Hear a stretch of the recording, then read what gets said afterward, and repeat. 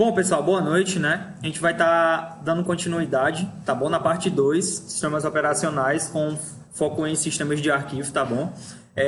Nessa segunda parte a gente vai iniciar os métodos de acesso, tá bom? Como é que essa informação ela é acessada, certo? No dispositivo de armazenamento. Então a gente viu no slide passado que existem 3 formas de acesso a esses arquivos, né? Então, quando a gente está... Opa! Passei demais, né? Então, quando a gente está fazendo acesso a esses arquivos, existe uma maneira correta de fazer o acesso, não é isso? Exatamente.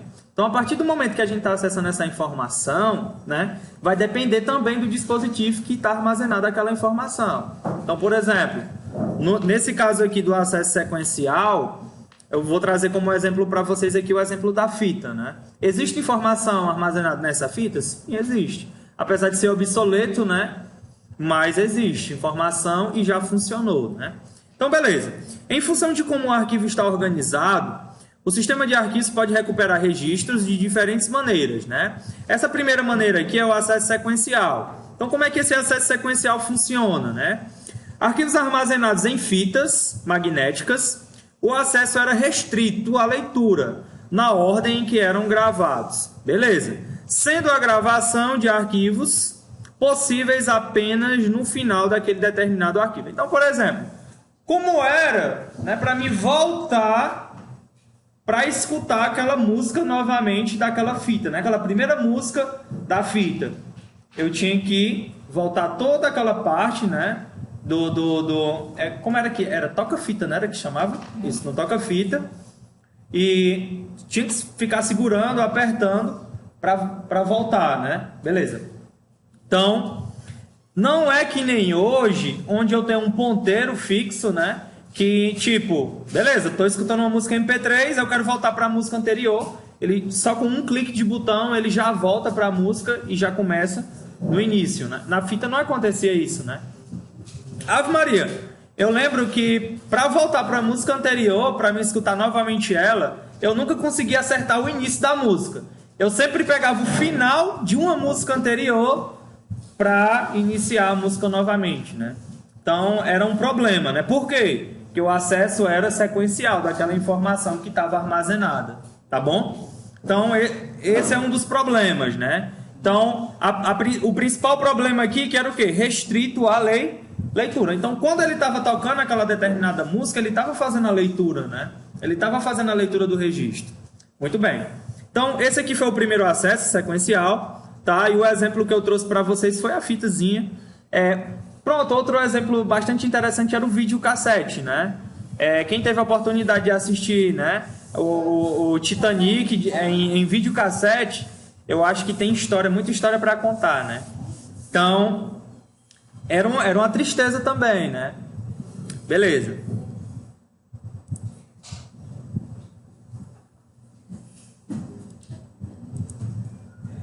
Perfeito.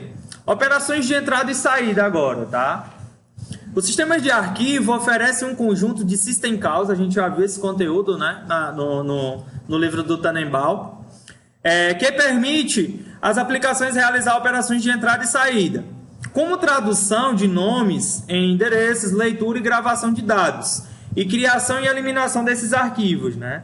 Então, a gente viu que essas system calls elas são bastante importantes justamente nas atividades de usuário, né? Por quê? Porque o usuário é que tem um contato justamente com a entrada e saída dessas informações. E a partir daí, que quando uma chamada dessa, né, ela é realizada, é justamente uma ação que a gente está utilizando, né? Então, por exemplo, na hora que eu estou movimentando o mouse aqui, ele está trabalhando com a system call. System call de quê? De entrada ou... Na verdade, de entrada e saída, né?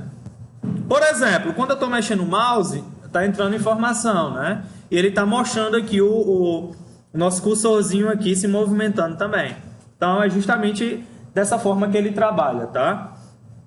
Então, a System Calls, pessoal, de entrada e saída, tem como função oferecer uma interface simples e uniforme entre a aplicação e os diversos dispositivos, né? Então, é justamente isso. Qual a aplicação que eu estou utilizando aqui? É o Adobe, né? O PDFzinho aqui para visualizar. E quais os dispositivos que eu estou utilizando aqui? O mouse, o teclado, né? e etc. Então é justamente essa interseção. Então quando eu falo para vocês que a System Calls ela pode trabalhar diretamente com o kernel, né, o núcleo do sistema operacional, isso é verdade ou é mentira? Verdade. É verdade, né? Porque o kernel é que faz esse tratamento, né? É o kernel que organiza essas informações. Do mesmo jeito com as threads, né? E a gente viu que as threads elas podem funcionar como justamente, né, a execução dessas tarefas, né? Beleza? Tudo bem. Toda a vida eu volto, né? Interessante. System Calls, beleza. Então aqui nós temos um exemplozinho aqui, né? Através de um gráfico, uma imagenzinha, onde a gente tem um dispositivo, as System Calls de entrada e saída e as aplicações, né? Beleza. As operações de entrada e saída, né, que a gente pode utilizar através do PowerShell ou até mesmo uma interfacezinha simples, né, do Shell, são essas aqui. Nós temos o Create, o Op, o Read, o Writer, o Close, o Rename e o Erase, não é isso? Tudo bem, travou a língua. Então vamos ver aqui cada um desses. O Create, criação de um arquivo, né? O Open, abertura de um arquivo. Se eu não me engano, tu utiliza essas funções aqui em C, né? Quando está trabalhando diretamente com o sistema operacional. Beleza. O Read, a leitura de dados, né, de um arquivo. O Writer, gravação de dados em um arquivo. O Close, a gente trabalha também com esses mesmos caras aqui no Delphi, né? Ele tem uma APIzinha do Windows que pode trabalhar direto também. Python também. Isso, Python também. Beleza, o Close, que é o fechamento de um arquivo. O Rename, que é a alteração de um nome de um arquivo. E por último aqui o Caraca, velho. Exatamente, eliminação de um arquivo, né? Também travou a língua. Perfeito. Agora a gente vai falar um pouquinho aqui de atributos, né? São informações de controles que, dependendo do sistema de arquivos, variam, né? Porém, alguns com tamanho, né, criador, proteção e data estão presentes em quase todos os arquivos. Então, uma coisa que é muito explícita, né, no Linux é justamente esses atributos, né? Em que sentido? Por exemplo, quando eu estou trabalhando com um determinado arquivo, uma determinada pasta ou até mesmo um determinado diretório, esse diretório ele possui as suas permissões e seus atributos, né? Então, por exemplo, se eu tiver uma pasta e essa pasta for compartilhada em um grupo, né, de usuários, não vai ser todo usuário que pode acessar aquela pasta. Então, quem é que vai dizer isso? Os atributos, certo? Então, vai ter proteção, vai ter permissão, quem é o dono, quem não é o dono, né? Quem pode ver, quem não pode ver, né? As datas e etc. Então, esses atributos, pessoal, é justamente as configurações que nós podemos, né, ter ou não daqueles arquivos que estão salvos lá dentro do nosso dispositivo, né, junto com o sistema operacional. Um exemplo bem simples, né, são os computadores aqui do laboratório, que nós podemos ou não compartilhar arquivos, né? E esses computadores utilizam o mesmo grupo, por exemplo, para compartilhar essas informações. E a partir daí, eu posso habilitar somente para 2 caras enxergar esses arquivos que eu estou compartilhando. Posso fazer isso? Posso. O Windows também tem essa possibilidade. Então, esse compartilhamento são justamente esses atributos que a gente pode ver. Quem pode ou não acessar, né, aquele grupo de trabalho. Beleza? Então, alguns atributos especificados na criação do arquivo não podem ser mudados. E outros são modificados pelo próprio sistema operacional. E ainda existem alguns que podem ser alterados pelo usuário, tais como proteção, né, tamanho e senha. Uma coisa que eu utilizei muito, né, no Linux, quando eu trabalhava lá no Instituto Federal, foi para instalar o Apache, né, para a gente trabalhar com PHP, e a gente precisava estar dando permissões, né, nos arquivos. E eu sempre utilizava o comandozinho chmod 777, né? E a gente vai ver agora aqui como é que funciona esse chmod e por que eu estou utilizando o 7 e o 7 e o 7, né? Que era leitura e escrita e... esqueci o último. São 3 tipos de permissão que a gente dá, que é o RWX, né? É o mais X também. Isso, exatamente. E a gente dava esse acesso naquele arquivo para justamente instalar o servidorzinho Apache, tá? Então, mas a gente vai ver aqui detalhadamente porque aqui é o 777. Beleza. Então, esses atributos, eles têm algumas características, né? Então, nós temos a proteção, né? O dono, né? Que identifica o criador do arquivo. A criação, que no caso foi a data e a hora da criação daquele arquivo. O backup, né? Data é a hora do último backup realizado. A organização, que indica a organização lógica dos registros, né? Onde é que ele tá, onde é que ele se situa, né? O diretório. E a senha, né? Se ele precisa ou não, se precisa ou não de alguma senha para acessar aquele determinado arquivo, tá bom? Então esses são os atributos que a gente pode trabalhar. Então aqui a gente tem como exemplo, né, um comando do Linux que eu utilizo, que é o ls, né, que era para listar todos os arquivos. Vocês lembram do ls? Dentro de um diretório. Só que eu estou utilizando uma configuraçãozinha aqui a mais, que é o "-l", né? Isso, exatamente, que ele vai ver todos os atributos do meu arquivo. Beleza? Então, se a gente for analisar aqui, eu tenho vários arquivos, né? E que para cada arquivo desse, ele é dividido, certo, em algumas permissões que eu posso utilizar ou não, tá? Então, se a gente for analisar aqui, as características mais básicas que eu já posso, né, dizer para vocês é o que? Nós temos a data, né, o mês, o horário, que esse cara aqui foi registrado. Exatamente. Nós temos também aqui o tamanho desse cara. Nós temos o usuário, né, que é o dono, o criador desses caras. Nós temos o formato aqui também dele, né, o nome desse cara e etc. Agora vamos ver como é que funciona a configuração aqui dessas permissões, né? Aí eu volto e pergunto para vocês que tipo de permissão esses arquivos têm, tá bom? Então vamos lá. Beleza.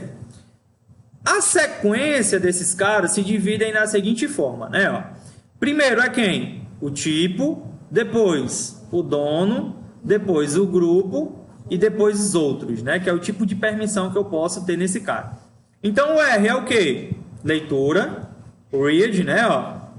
O W é para quem? Gravação, que é do writer. E o X, quem é? O de execução. Estava esquecendo o de execução, né? Quem pode executar ou não. Isso, exatamente. E o tracinho é permissão desabilitada, tá bom? Então, o que pode fazer tudo é o quê? É o R, o W e o X. Beleza? E primeiro aqui nós temos o tipo, tá bom? Então, o que separa esse cara aqui, né, ó, de cada configuração dessa são 3 caracteres, beleza?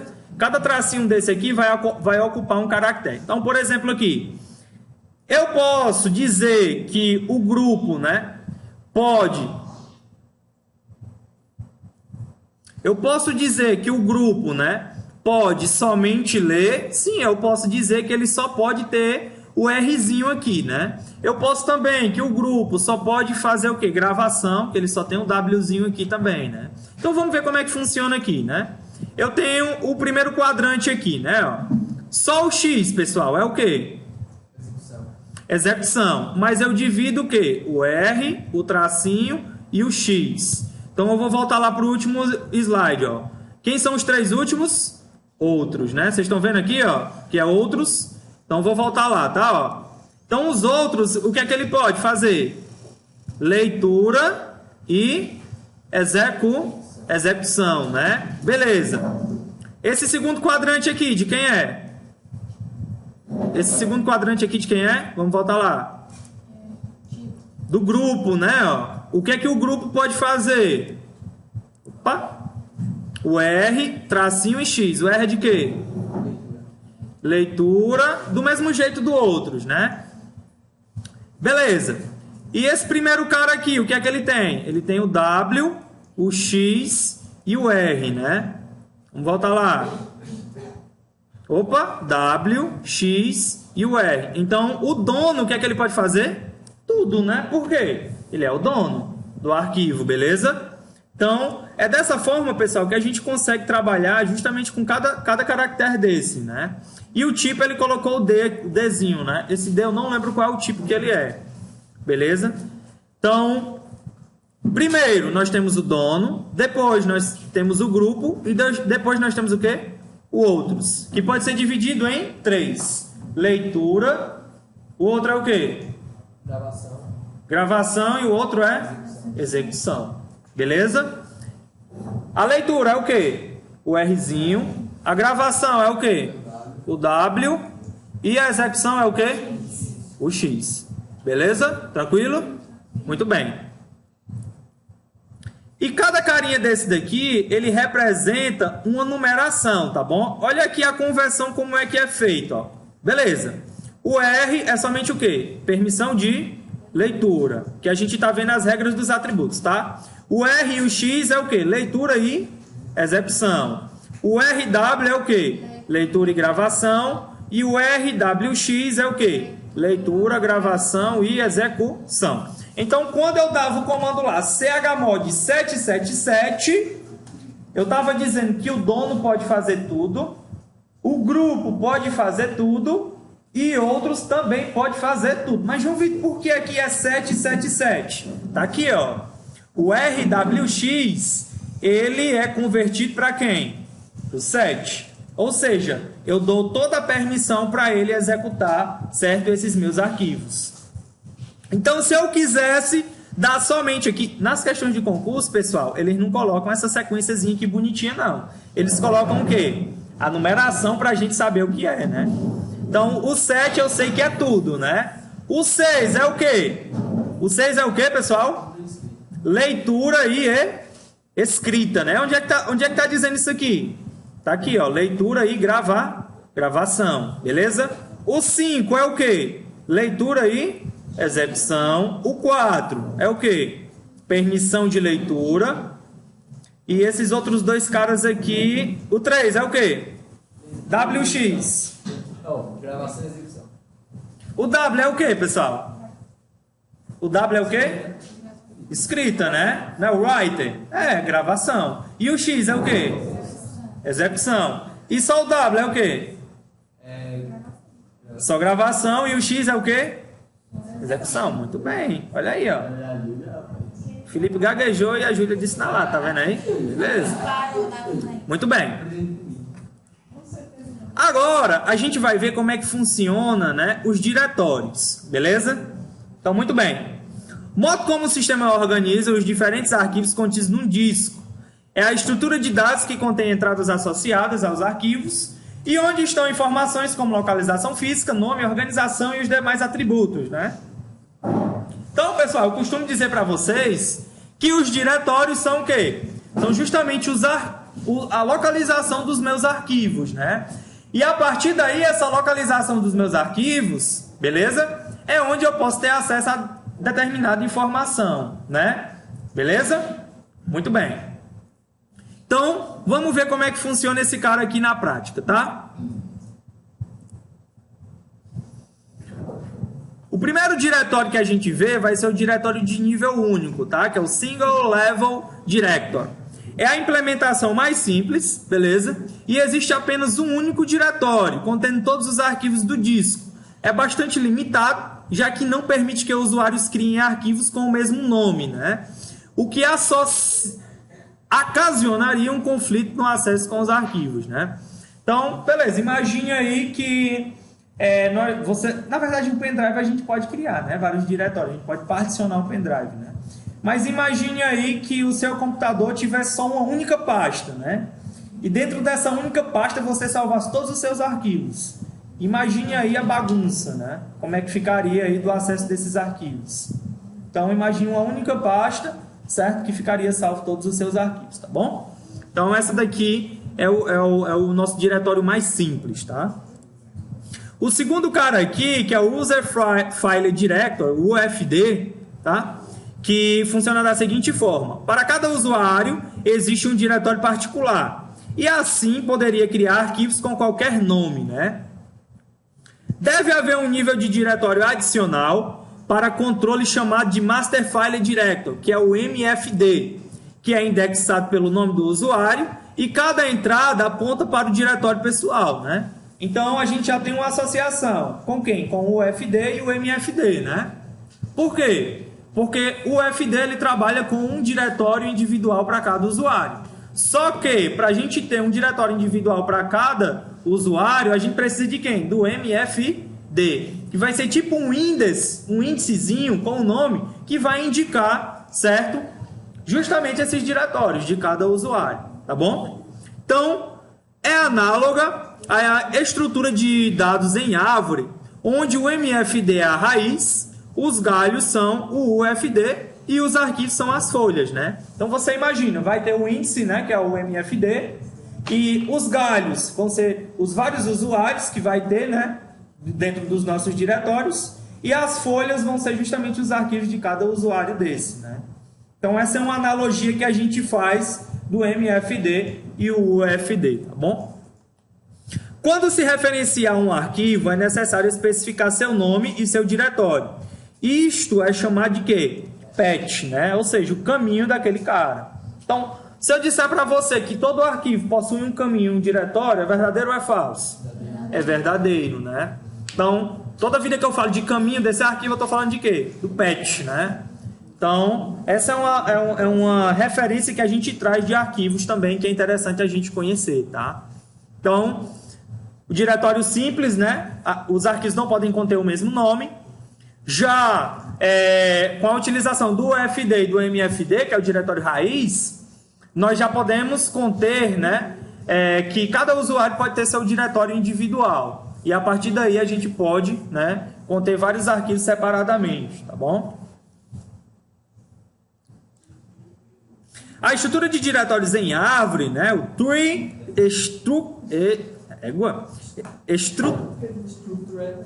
Director, né, adotado pela maioria dos sistemas operacionais e é logicamente o melhor organizado, né? Então o Windows utiliza esse tipo de estrutura, né? O Linux também utiliza esse tipo de estrutura.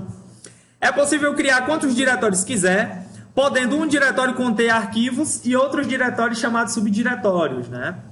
Cada arquivo possui um path, que é um caminho único, né, que descreve todos os diretórios da raiz. Ou seja, cada raiz ela é caracterizada como um MFD, que diz o quê? O índice de cada usuário, né? Ou seja, de cada path, de cada caminho. Até o diretório onde o arquivo está ligado, e na maioria dos sistemas os diretórios são tratados como arquivos, tendo atributos e identificação, certo? Então esse é um exemplozinho aí de uma estrutura em árvore, né? Que mais uma vez é utilizada a técnicazinha do MFD, que faz justamente a identificação desses índices e arquivos, tá? Muito bom, muito interessante. Então, beleza. A gente tem aqui justamente alguns exemplos, né, de como é que funciona esse cara. Tinha até a estrutura de diretórios em árvores, onde a gente tem vários caminhos aqui, né, como se fosse... Você imagina a árvore genealógica, né? Ou então uma parte do Windows que você tem vários acessos, né? E a partir daí a gente pode ter vários subdiretórios, tá?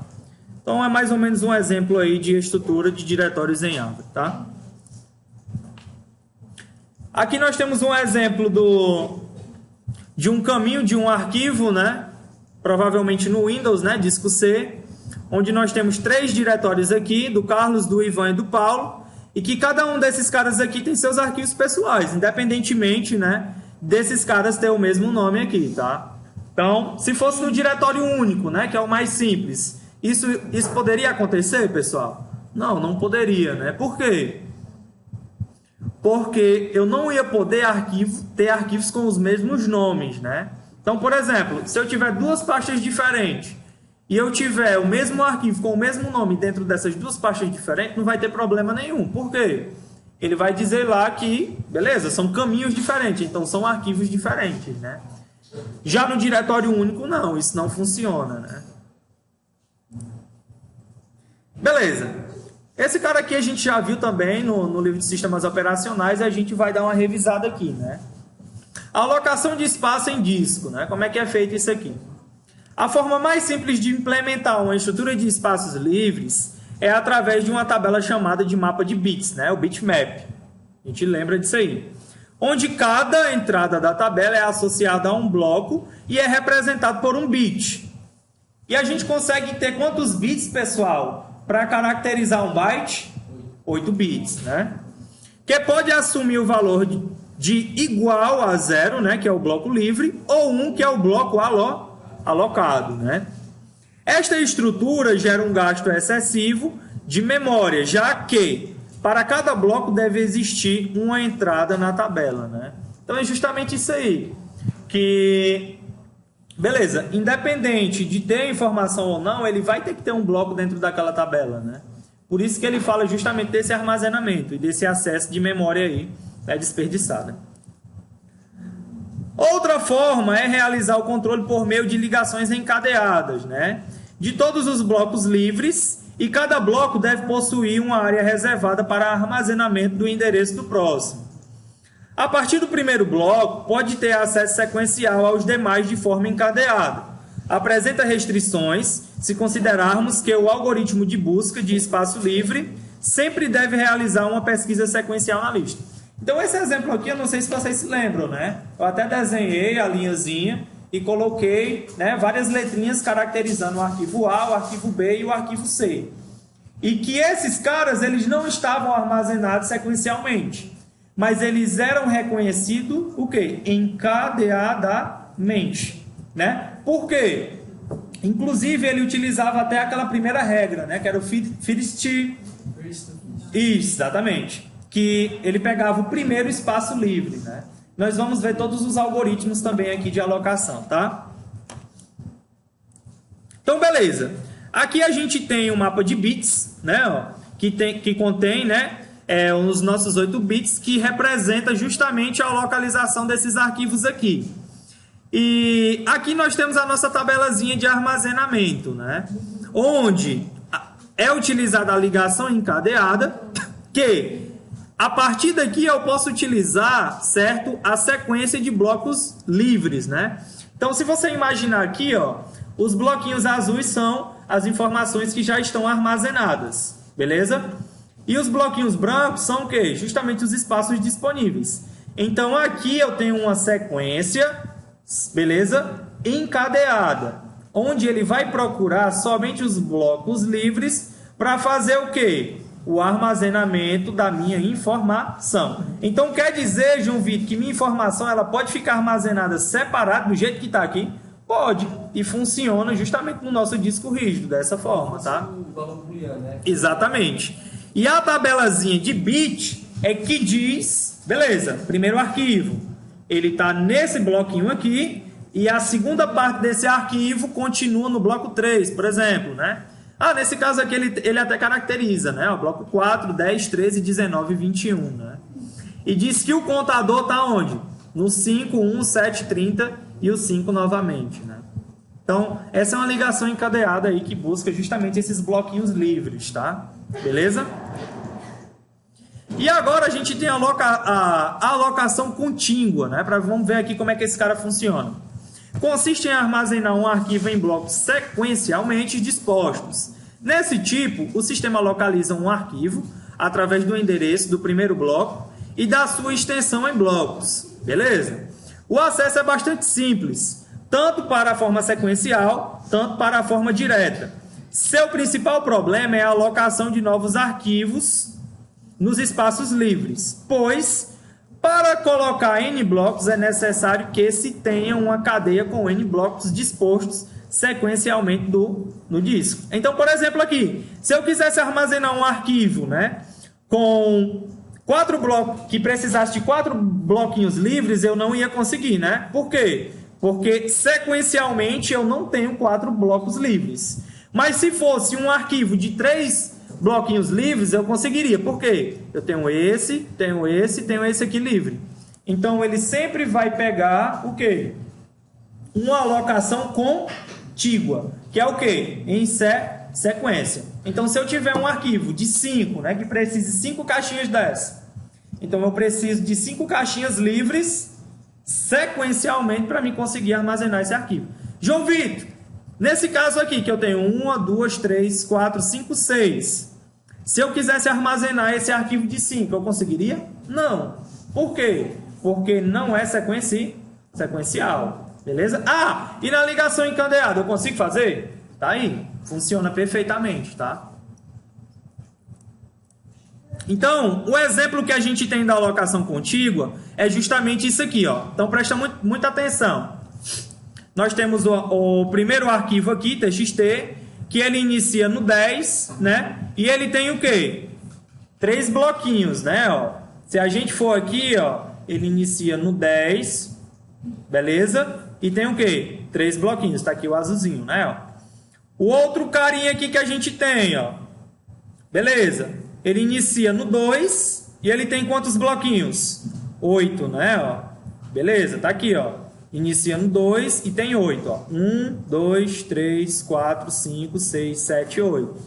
Então ele diz a localização onde ele está armazenado e diz a quantidade de clusters, né, que ele está utilizando dentro desse armazenamento. Beleza? Tudo bem. Então essa aqui é como é que funciona a alocação contígua, tá? Beleza. Então, na tabelazinha de bit, ele também funciona dessa forma aqui, né? Justamente na sequenciazinha aqui, ó. Nós temos o bloco e a extensão desse cara, né? E agora a gente tem os tipos de estratégias de alocação, né? E essas estratégias, pessoal, inclusive vocês até fizeram uma pesquisa, são estratégias para quê? Para otimizar o armazenamento dessa informação, né? E a partir daí que eu tenho essa otimização, eu consigo que minha informação seja armazenada da melhor forma. Beleza?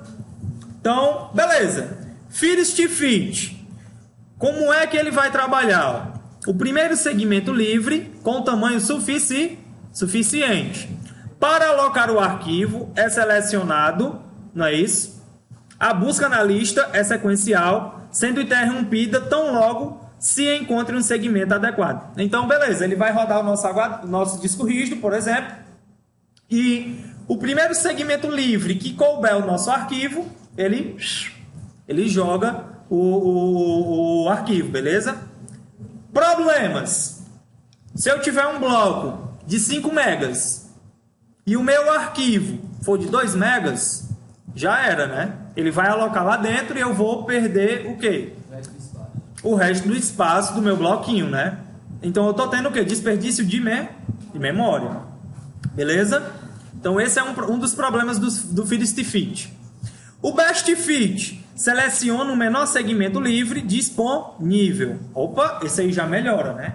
O menor segmento livre. Com tamanho suficiente para armazenar o arquivo. A busca em toda a lista se faz necessária para a seleção do segmento, a não ser que a lista esteja ordenada por tamanho. Então nós temos outro problema.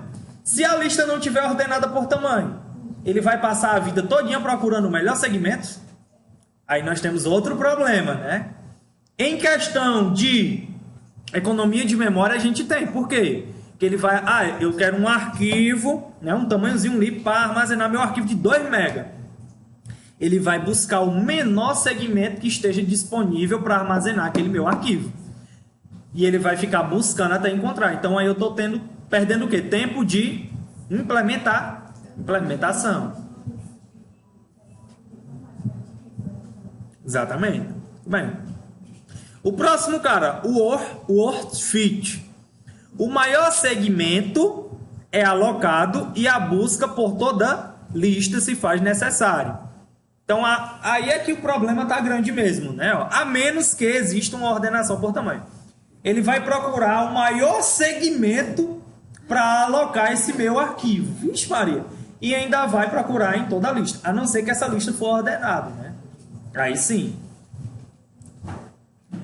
Show de bola. Situação inicial, né? Presta atenção aí, ó. Alocando um arquivo com 2 blocos. Se for o first fit, ó, beleza. Ele vai pegar o primeiro, né, que ele achar. O best fit, ele vai procurar o melhor, né, ó. Ele já está um pouquinho mais atrás. E o worst fit, ele vai pegar o maior. Beleza? Então, se vocês prestarem atenção aí nas cores, certo? O que é que ele fez aqui, ó? O que é que você tem que analisar? O first fit, o espaço em branco, pessoal, é os bloquinhos livres, né? O first fit é o quê? É o primeiro, né, que ele achar. Tá aqui, ele já armazenou direto. Já o best, ele vai procurar o quê? O menor que ele achar primeiro, né? Então aqui a gente tem quanto? Tem 4, aqui tem 3 e aqui tem bem mais, né? Então ele pegou esse cara aqui, né? Mas ele buscou toda a lista. E o worst fit, ele pegou quem? O maior, né? Que no caso aqui foi o último, que tem 6 bloquinhos livres, né? Beleza? Independente da estratégia utilizada, a alocação apresenta um problema chamado de quê? Fragmentação de espaços livres. Ou seja, sempre vai sobrar ou diminuir, né, esses espaços aí para o nosso armazenamento, certo? Sempre vai ter essa fragmentação. Inclusive, no Windows existe uma ferramenta que é o quê? Desfragmentação de disco, que é justamente para alocar esses arquivos que estão todos separados, tá bom? Então, desfragmentação, né? O que é que esse cara faz? Que é justamente dessa técnica, né? Ó, mover arquivos para reagrupar os fragmentos, certo? Em espaços maiores. Ou seja, ele vai deixar, né? Vai tentar, né? Ele não consegue 100%, mas ele vai tentar juntar os arquivos para que sobrem mais espaços livres para ele fazer justamente esse tipo de armazenamento, tá? Visa permitir alocar arquivos maiores, né? Justamente. Deve ser feita periodicamente e o uso de algoritmos para minimizar a movimentação de arquivos, né? Ou seja, um exemplo, se você vai acessar um arquivo e esse arquivo ele tem 5 bloquinhos e esses 5 bloquinhos está sequencial, com certeza o acesso desse arquivo ele vai ser o quê? Mais rápido, né? Agora, se tu tem esse mesmo arquivo com 5 blocos, dividido, né, ó, encadeadamente, né? Um está no 50, outro está no 100, o outro está lá no 180, e aí vai. A busca desse arquivo vai ser mais rápido ou vai ser mais lento? Mais lento, com certeza, que ele vai estar buscando, né, o arquivo, né, que está em pedaços para juntar ele e executar, tá bom? Então, beleza. Estratégia de desfragmentação, ó. A situação inicial, pessoal. Aqui, como é que tá, ó? Beleza. Nós temos espaços livres, né, ó, de 4 blocos, 3 blocos e 2 blocos. Nesse caso aqui, a gente moveu o quê? Moveu 6 blocos, né, ó. Então, sobrou um maior espaço para mim armazenar meus arquivos. Do mesmo jeito aqui que moveu 4 blocos, né, ó. E por último aqui, moveu 2 blocos. Beleza? Então a gente tem uma questãozinha aqui, ó, só para a gente fixar e finalizar esse cara, tá bom? Eu quero que vocês analisem, pensem, né? Qual é a resposta correta aqui desse cara, né? Ó, no método de acesso direto, um arquivo é composto de registros lógicos de tamanho fixo que... E aí? Qual é a resposta? O método de acesso direto, tá? Como é que funciona?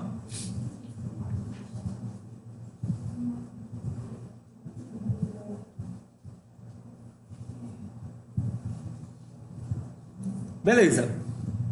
Vamos continuar. O método de acesso direto, pessoal, em um arquivo, ele é composto de quê, ó? Somente podem ser acessados, né, ó, em qualquer ordem, né? Por quê? O acesso é direto daquele arquivo, tá?